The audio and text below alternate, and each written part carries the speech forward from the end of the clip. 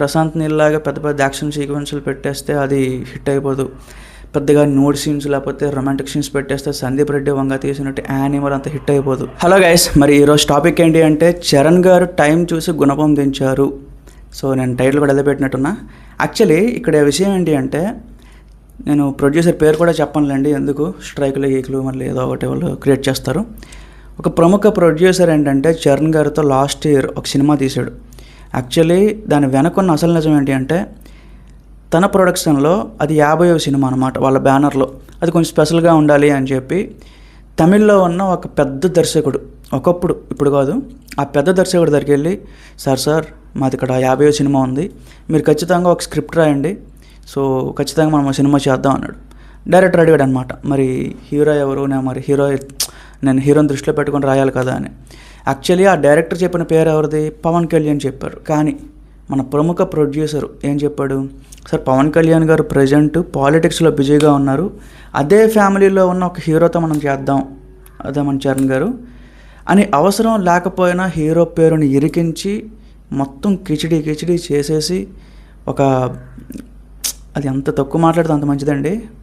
తన లైఫ్లోనే అంటే చూసాం జంజీర్ లాంటి ఒక పెద్ద డిజాస్టర్ చూసాం చరణ్ గారి కెరీర్లో పెద్ద చూసాం. బట్ అతని కెరీర్ మొత్తంలో ఒక డిజాస్టర్ అనే పేరు వినిపిస్తే మనకి గేమ్ చేంజర్ తప్ప ఇంకొక సినిమా గుర్తురాదు. సో ఆ మాదిరిగా చరణ్ గారి ప్రమేయం లేకుండా ఆ సినిమా ఓకే అయ్యింది, అన్నీ జరిగినాయి.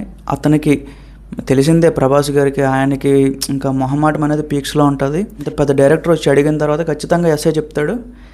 3 సంవత్సరాల పాటు చేసి ఇంకా పెద్దతో కొంచెం రికవర్ అయ్యాడు, అది వేరే విషయం. కాకపోతే ఇప్పుడు ఎందుకు మాట్లాడుతున్నారు ఏంటి విషయం అంటే ఆ ప్రముఖ ప్రొడ్యూసరు ఇప్పుడు టాక్సిక్ అనే సినిమాని కొన్నాడు అనమాట. అక్కడికి వస్తున్నా కొన్నాడు, ఎంతకి 85 కోట్లు కొన్నాడు ఆంధ్రాలో. మరి 85 కోట్లు కలెక్ట్ చేస్తుందా అంటే 100% చేయదండి. మ్యాక్సిమం ఒక డే 1 నిన్న ఈరోజు ఇలా కంపేర్ చేసుకుంటే మేబీ ఒక 30 to 40 crores వచ్చే అవకాశం అయితే ఉంది, అంతే తప్ప ఫుల్గా బ్రేక్ ఈవెన్ అవుతుంది అంటే అవ్వదు. సో డిస్ట్రిబ్యూటర్కి లాస్ వస్తుంది, మెయిన్ ఇక్కడ ఎవరైతే కొన్నారో ఆ ప్రముఖ ప్రొడ్యూసర్ కూడా లాస్ వస్తుంది అనమాట. సో మరి ముందుగానే అనుకున్నట్టుగానే చరణ్ గారు ఫ్యాన్స్ రెడీ అయిపోయారనమాట. సో అఫ్కోర్స్ ఆ ప్రొడ్యూసర్కి ఈ మధ్యన ఏవి పెద్దగా సినిమా ఆడట్లేదు. సో తమ్ముడు అని చెప్పి ఏవేవో సినిమాలు తీశాడు, బట్ అవన్నీ కూడా బెడిసి కొట్టాయి. ఇప్పుడు ఈ టాక్సిక్ అనే సినిమాని కూడా డిస్ట్రిబ్యూషన్ తర్వాత అంతా కూడా తీసుకొని అంత చేసినా సరే లాస్ అయితే వచ్చిందనమాట. యాక్చువల్లీ ఆ ప్రొడ్యూసర్ ఎక్స్పెక్టేషన్ వేరే లెవెల్ ఉంది. 85 కోట్లు పెడితే మ్యాక్సిమం ఒక x3 or x4 వచ్చేస్తాయి అని ఒక ఎక్స్పెక్టేషన్ ఉండేదన్నమాట. బట్ ఇప్పుడు అదేంటంటే కంప్లీట్గా మైనస్లో పడిపోయింది. సో వీటన్నింటికి తోడు ఇంకొకటి ఏంటి అంటే నిన్న టాక్సిక్ ఫస్ట్ షో అంతా అయిపోయింది, second show again matinee show అంతా అయిపోయింది, డిజాస్టర్ టాక్ అన్ని దగ్గరలో స్ప్రెడ్ అయింది. కరెక్ట్గా అదే మూమెంట్లో మన చరణ్ గారు అయితే ఒక ట్వీట్ అయితే వేశారు, స్వామియే శరణమయ్యప్ప అని చెప్పి.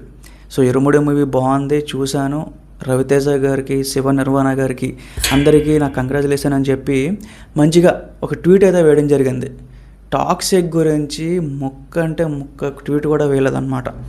సో అఫ్కోర్స్ గైస్, ఎస్కి మన చరణ్ గారికి మంచి బాండింగ్ ఉంది. బట్ ఇక్కడ అది మ్యాటర్ కాదు, ఇక్కడ ప్రొడ్యూసర్ ఇక్కడ ఏదైతే డిస్ట్రిబ్యూషన్ చేస్తున్నాడో మేబీ సమ్ ఇంటర్నల్ ఇష్యూస్ జరిగి ఉండొచ్చు. సో అదే మ్యాటర్ అనమాట. అందుకే ఈ టాక్సిక్ విషయంలో మాత్రం చరణ్ గారి ఫ్యాన్స్ చాలా హ్యాపీగా ఉన్నారు. ఫస్ట్ టైం ఫెయిల్యూర్ అయింది, పెద్ద ఫ్లాప్ అయింది అని చెప్పి. సో ఇంకో టాపిక్ ఏంటి అంటే టాక్సిక్ Day 1 కలెక్షన్స్ గాయి. బట్ నేను ఎక్స్పెక్ట్ చేయలేదు, which is good thing. Day 1 వచ్చేసి ఆల్మోస్ట్ 130 crore ప్లస్ ఓపెనింగ్ అయితే మనకి పడింది అనమాట. సో ఎగ్జాక్ట్ నెంబరు వాళ్ళు రివీల్ చేసేస్తారు, ఇప్పుడు నాకు తెలిసి ఇక్కడ నేను పెడతాను చూడండి వీలైతే. సో 130 crore ప్లస్ ఓపెనింగ్ అయితే పడింది. అఫ్కోర్స్ నేను నిన్న రివ్యూలో కూడా చెప్పాను, ఈ సినిమాకి హైప్ ఉంది, మార్కెట్ ఉంది, అన్నీ ఉన్నాయి. బట్ వాళ్ళు యూటిలైజ్ చేసుకోలేకపోయినారు అంతే. ప్రశాంత్ నీల్లాగా పెద్ద పెద్ద యాక్షన్ సీక్వెన్స్లు పెట్టేస్తే అది హిట్ అయిపోదు. పెద్దగా నోడ్ సీన్స్ లేకపోతే రొమాంటిక్ సీన్స్ పెట్టేస్తే సందీప్ రెడ్డి వంగ తీసినట్టు యానిమల్. మనకుండే ఓన్ స్టైల్, మనకుండే యూనిక్ స్టైల్ ఉండాలి. బట్ అక్కడ మన డైరెక్టర్ గీతూ మోహన్ దాస్ అది అబ్జర్వ్ చేయకుండా ఏదేదో పెట్టి చేశారు, బట్ మొత్తం పోయింది. సో పెద్దగా అంటే ఒక 1000 కోట్లు కొట్టే స్టామినా ఉండే సినిమా ఇది మిస్ చేసుకున్నారు. So it's okay. However but I'm not criticising the movie. ఒక లేడీ డైరెక్టర్ ఏమాత్రం అవుట్పుట్ కూడా ఇవ్వడం అనేది చాలా గ్రేట్ అని చెప్తాను నా ఒపీనియన్లో. సో అదే గైస్, Day 1 అయితే ఇంత కలెక్షన్ వచ్చింది. మరి మీకు ఓవరాల్గా ఎలా అనిపించింది ఏంటి మరి ఇరుముడి మూవీ అయితే అసలు నాన్ స్టాప్ ఇంక ఈ రోజు నుంచి అయితే ఇది కంటిన్యూస్గా వెళ్ళే అవకాశం అయితే ఉంది. మీకు బ్యాక్గ్రౌండ్లో ఏమైనా వినిపిస్తున్నాయి కుక్కల సౌండ్లు? సో ఇరుముడి మూవీ మాత్రం ఇంకా సక్సెస్ఫుల్గా వెళ్ళాలండి. మ్యాక్సిమం ఒక 200-250 crores వరకు వెళ్ళాలి, నా ఒపీనియన్ అది. స్వామి శరణమయ్యప్ప. So thank you.